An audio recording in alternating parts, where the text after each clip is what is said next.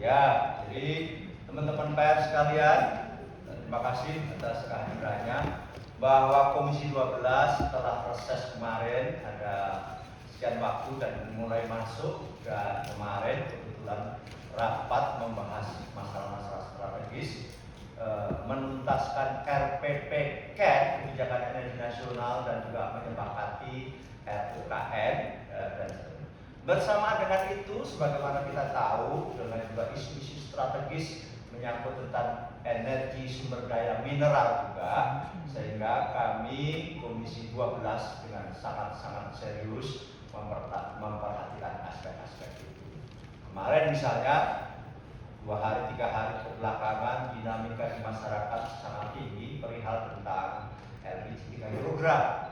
Sebagaimana kita ketahui, Kementerian ESDM tiba-tiba mengeluarkan kebijakan per 1 Februari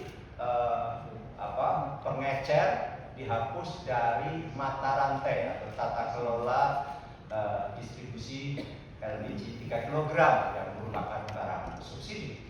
Maksudnya baik, sekali lagi maksudnya baik, karena memang itu untuk mengidentifikasi sedemikian rupa tingkat penyimpangan yang ada di bawah, karena di tingkat pengecer ternyata barang itu menjadi tidak terkontrol, baik harganya maupun siapa yang beli. Padahal ini barang subsidi LPG di APBN itu adalah 87 triliun, termasuk besar di antara subsidi energi yang berjumlah 203 triliun di APBN tahun 2025. Ketika Pak Prabowo ini akan juga mengentatkan berbagai aspek, maka dicari jalan, salah satunya subsidi harus tepat sasaran. Hanya saja, inilah hanya saja, itu kebijakan yang diambil dengan sangat mendadak, tidak melalui exercise lapangan, tidak melalui uji coba lapangan. Tiba-tiba mata rantai dipotong di paling ujung, yakni pengecer, di mana kita mengandaikan orang mau beli beras yang biasanya ada di warung, ada di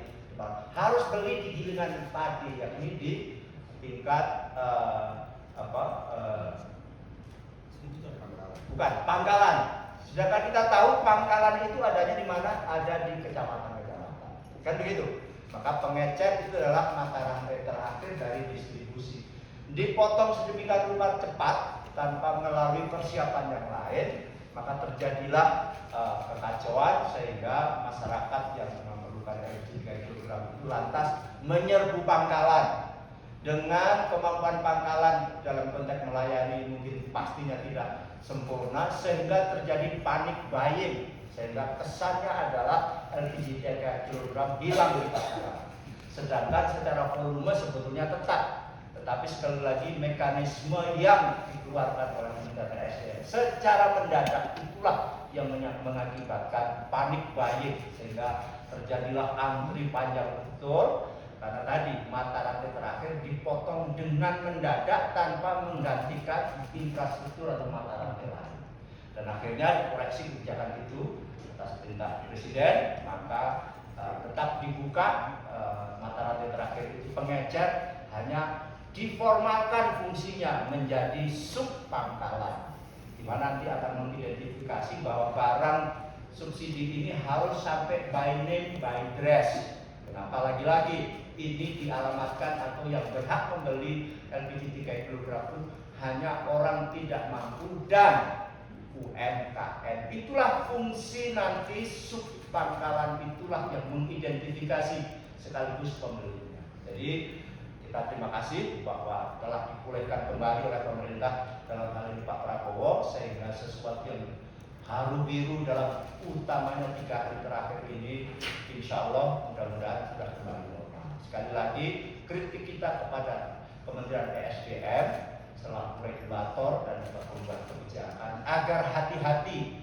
menyangkut hajat hidup orang banyak. Jadi harus melalui sosialisasi yang tuntas dan sebagainya kalau mau melakukan, sehingga tidak terjadi hal-hal yang